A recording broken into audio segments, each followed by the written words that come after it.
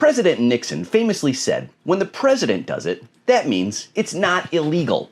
Ultimately, his administration went down in flames because that wasn't actually true. But that hasn't stopped President Trump from basically making Nixon's attitude the theme of his entire administration. Trump is the outlaw president. But the outlaw president can't have it both ways. When the president engages in openly lawless behavior, he undermines the entire legal system, threatening to make all laws meaningless, which is actually a huge threat to the entire capitalist system. Please let me explain.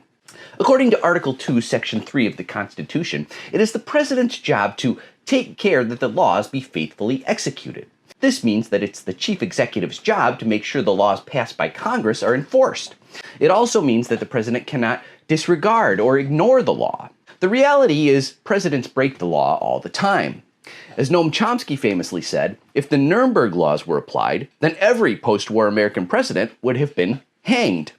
Meaning that every president commits the same kind of crimes that war criminals were hanged for back in Nuremberg after World War II. Even our Nobel Peace Prize winner president violated the War Powers Act. But the Trump administration is clearly taking the presidency further into lawlessness than Americans have ever seen before. Safeguards that the framers put into the Constitution to prevent concentration of power are being systematically dismantled. Emergency powers are claimed as a matter of course to disable any institutional accountability from checking executive power. Recent executive orders are building what Carmen Browster calls a dictator's staircase to authoritarian rule. Writer Ahmed Baba catalogs a busy week in which judges forcefully rebuked these tactics. One judge brushed aside President Trump's unlawful attempt to use emergency powers to impose tariffs. Another judge ruled that the president's deployment of National Guard troops to LA was illegal, writing, defendants violated the Posse Comitatus Act, a law which specifically outlaws the military from participating in civilian law enforcement. Same week, another court spiked President Trump's invocation of the Alien Enemies Act of 1798 as a pretext to declare Venezuelan immigrants an invasion and deport them without due process. 3 judges, all trying to stop the president from breaking the law.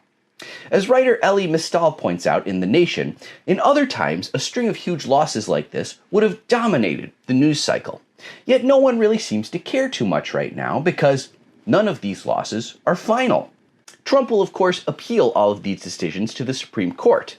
If we had a functioning government, the Supreme Court, a co-equal branch with the executive, would put a stop to the president's lawlessness. But the majority of Supreme Court justices only seem interested in speeding along the president's path to authoritarian dictatorship. Under fealty to the reactionary unitary executive theory, the Supreme Court has blocked lower court rulings against Trump more than 70% of the time, using the shadow docket, decisions issued without a full briefing or even oral arguments. Things are getting so bad that Supreme Court Justice Amy Coney Barrett felt the need to deny the obvious, saying indignantly at a recent event to promote her memoir, "I think that our country remains committed to the rule of law. I think we have functioning courts. I think a constitutional crisis, we would clearly be in one if the rule of law crumbles, but that is not the place where we are." Think again, Your Honor. Los Angeles Magazine's Hilla Greenberg presents a pretty damning list of the ways the Supreme Court has been undermining the rule of law recently, including authorizing mass federal layoffs without congressional approval, breaking precedents, undermining judicial review, violating due process norms, and expanding unchecked presidential authority. This all happening while President Trump continues to hint about his intentions to disable or even call off elections. So you say during the war you can't have elections. So let me just say 3.5 years from now. So you mean if we happen to be in a war with somebody, no more elections? Oh, that's good. I wonder what the... Does anyone think the Supreme Court is going to stop him? Second President and constitutional framer John Adams said the American Republic was intended to be a government of laws, not men. The words inscribed on the Supreme Court building in our Capitol say, "Equal justice under law." Recent attempts by the Trump administration to concentrate power are a clear violation of both the letter and spirit of American law. We don't have a government of laws anymore. Equal justice is pure fantasy at this point. Our president, our Supreme Court, our Congress are not law-abiding institutions. This is a direct threat to capitalism because if our government acts lawlessly, then law becomes meaningless. The entire power apparatus of American corporations and capital ownership depend upon the rule of law. If the law becomes meaningless, so too are elite and shareholder ownership claims. In my next post, I'll take a closer look at how President Trump's attack on the legal system lays the groundwork for the end of capitalism itself.